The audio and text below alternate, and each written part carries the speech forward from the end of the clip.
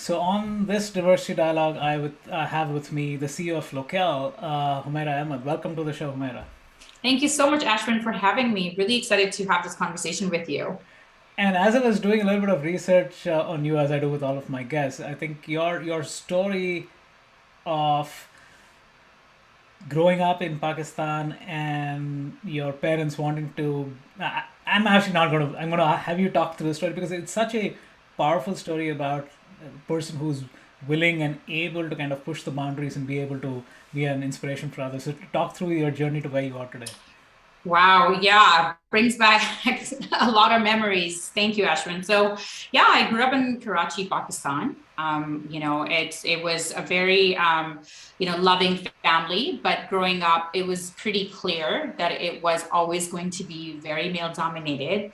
Even as girls, I remember just thinking I was a little child, and I used to just think probably like even like 5 or 7, like just knowing how my brothers were treated differently. And as I grew older, just that concept that, as women, your job is to, be the housewife, as you grow older, your job is to serve your husband and their families. And so they start training early on.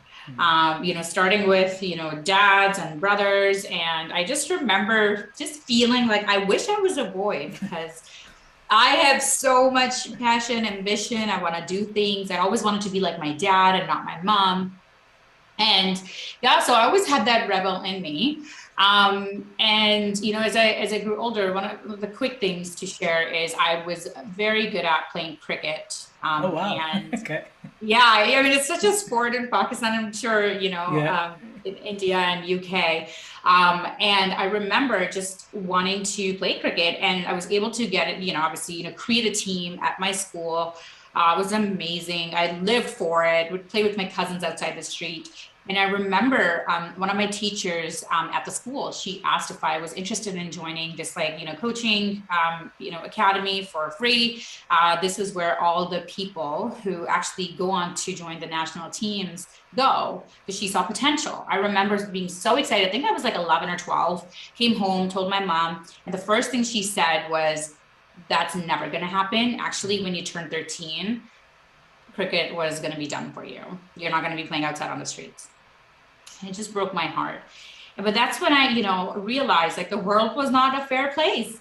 And then at 15 and 17, that's a separate story, like a long story. But basically at 15 and 17, I was engaged to be married to men who were 12 years older, who I had never, seen or met. So yeah, that was pretty shocking because I was a really great student. And I just felt like my life was going to be wasted away. I wouldn't even get a chance to know what my talents were. I was able to escape them. My dad just kind of was a bit of a catalyst in that. Those people were just not very nice, and they showed their true colors before the marriages happened. So that was good. It was a blessing in disguise. But one thing I will say though is that it's not just that they were that way, so my parents, decided to break this off. It was also because I was really persistent. Every single day I told them this is not what I wanted. I was talented. I wanted to go to school.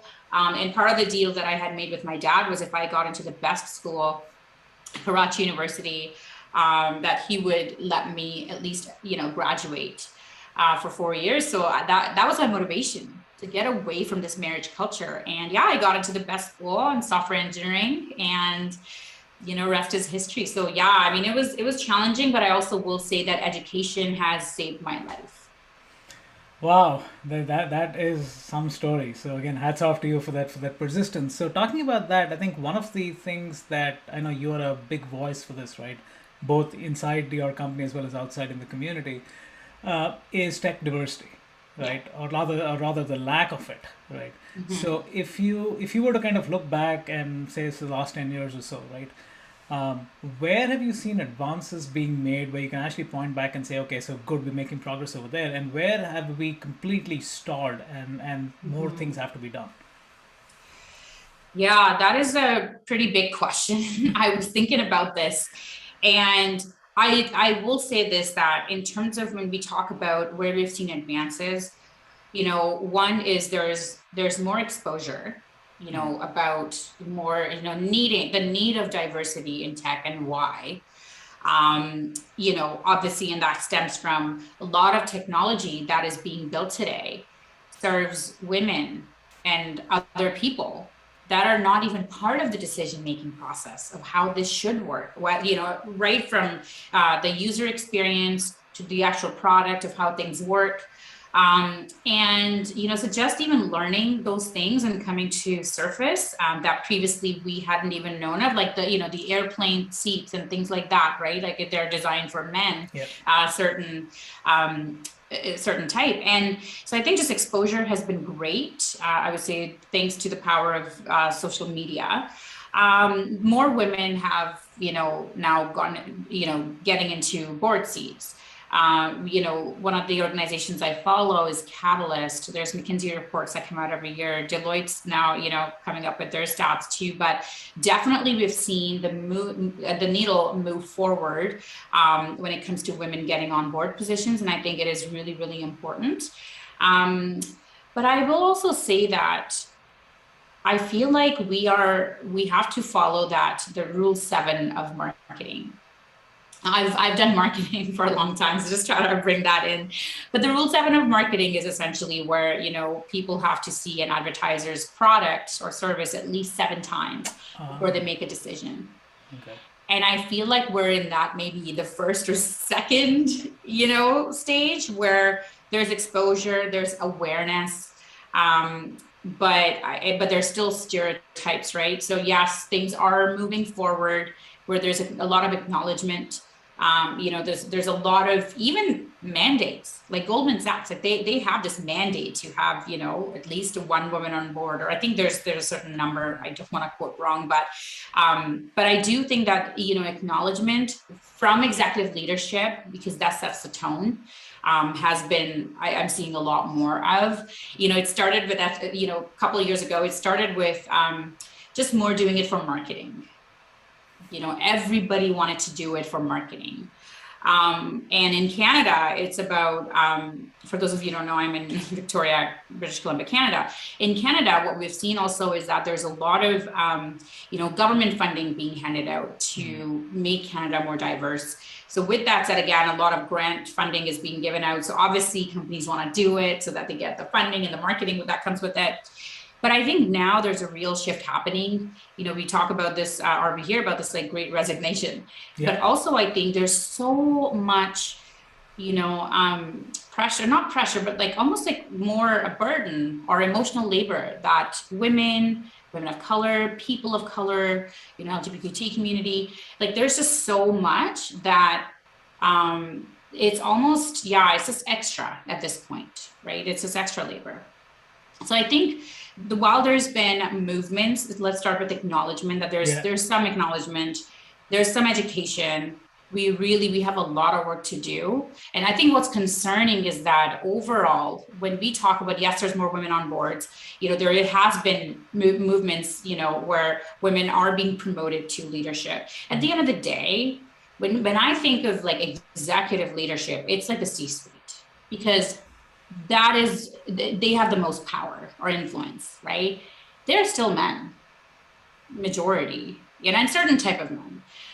Which again, I think until we get to the point where we have at least 30% women in executive CEOs, CFOs, COOs, all those positions, I think we have a lot of work to do, because that then influences and inspires the upcoming generation for other women to be able to see, like if we say, is it Indira Nooyi? Yeah, I was about to actually mention her name. Yes. Oh my gosh, I remember.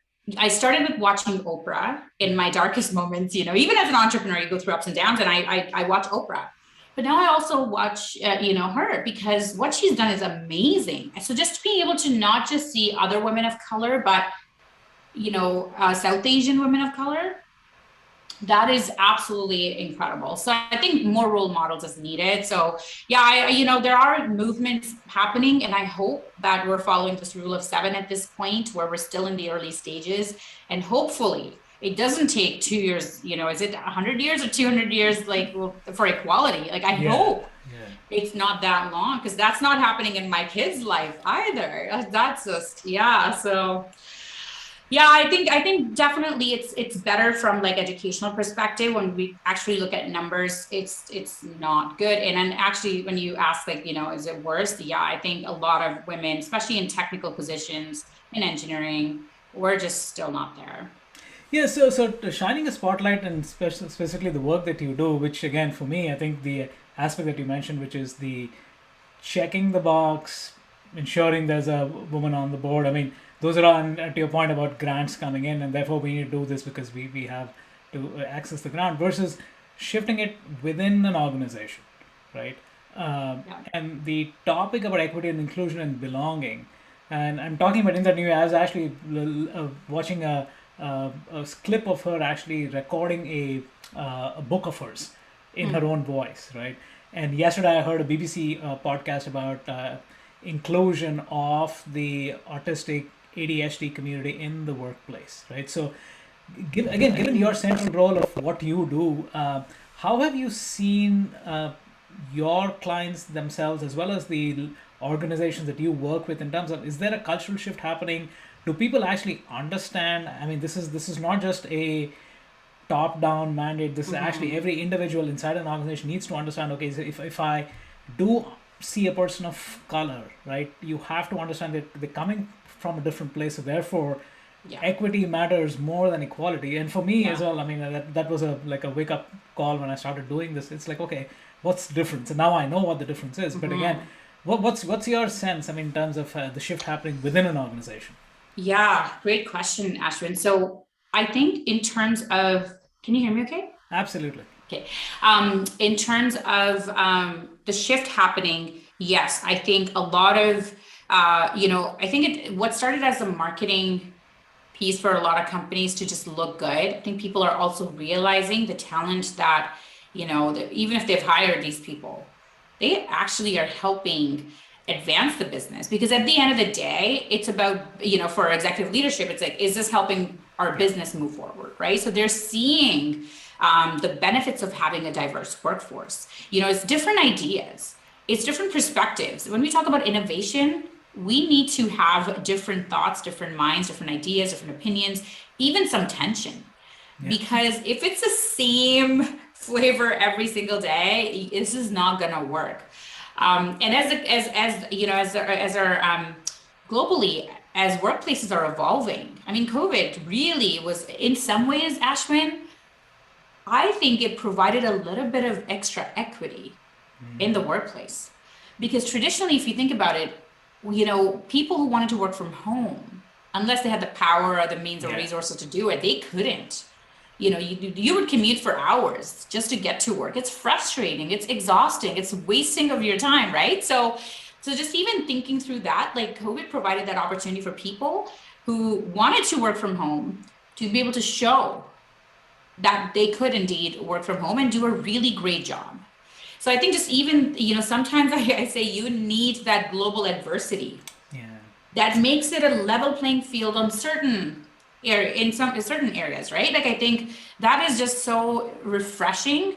And it did, to moms at home, to, fathers at home, who lived far away from their offices. What a great opportunity to actually show how they could get this done, right? So, this was like an extreme case of like a global pandemic, but I do think you're right. Like equity is so much more important. I think, there was this like viral photo. I'll share that with you. I'm pretty sure you've seen it, but like that. The three people on the fence. Yeah, Yeah. yeah. Yeah. And then they gave this box to, and then everybody was able to see it. And Yeah. I actually look at it and I have a problem with that too, because when I look at it, yes, it's better. Yeah. But is it equitable? Actually, no, because, you show this, the first person, the man, he still has an unobstructed view. Yeah. While the others, to a certain extent, you're still behind it, almost seems like bars, Right. right? That's not, you Yeah. still see this Yeah. versus this man with like clear view.